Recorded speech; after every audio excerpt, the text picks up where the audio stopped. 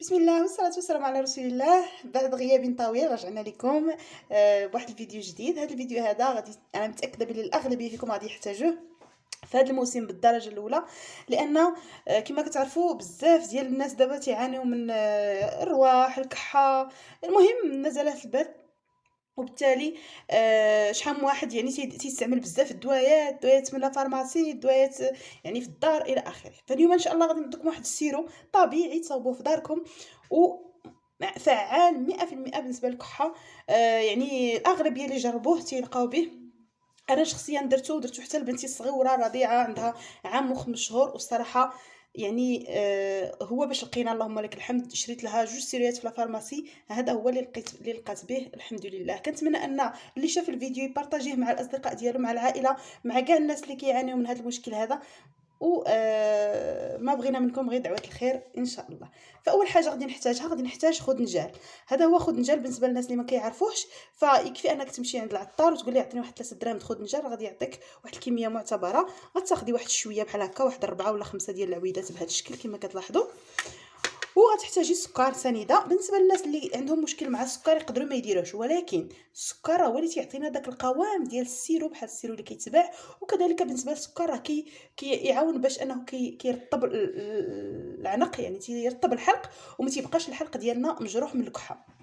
فاذا على بركه الله اول حاجه غادي ناخذوا واحد الكاسرول بحال هكا، غادي نديروا فيها هاد خدنجال ديالنا.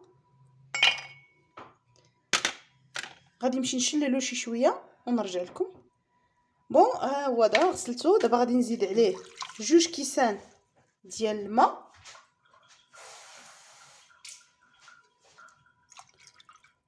وغنزيد عليه واحد الكميه ديال السكر تقريبا من كاس قل ربع حتى الكاس ديال السكر.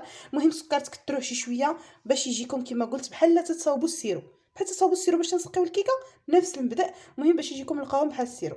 وغادي نخليوه يطبخ يطبخ يطبخ حتى يولي حمر تماما. لما يولي حمر يلا غادي نمشيو دابا حتى نطبخو مزيان ونرجع لكم باش تشوفوا القوام ديال السيرو النهائي كي داير. وها هي النتيجه ديالنا. هذا هو السيرو ديالنا، راه تيجي بحال السيرو تماما. هو كل ما خليتوه عاد يجلس راه تيزيد يحمر. ها هو شتو اللون ديالو كي داير. راه ظلمه مع درت الفلاش ما تيبانش حمر بزاف في الكاميرا بحال الواقع. المهم تيولي حمر وتيولي هكا القوام ديالو هكا بحال السيرو. تشربوه في اي وقت، يعني ماشي ضروري تشربيه وتكمشي وتسخني وهذا. الا شربتيه وتكمشتي هي احسن، ولكن زعما ما تيضربش عليه البرد. تشربيه في اي وقت، تعطيه لوليداتك، يعني تعطيه مثلا 3 المرات في النهار ولا في الليل، ولا المهم فاش تبغي تنعسيك بعدا ما تيبقاش داك الالم ديال العنق وهذا.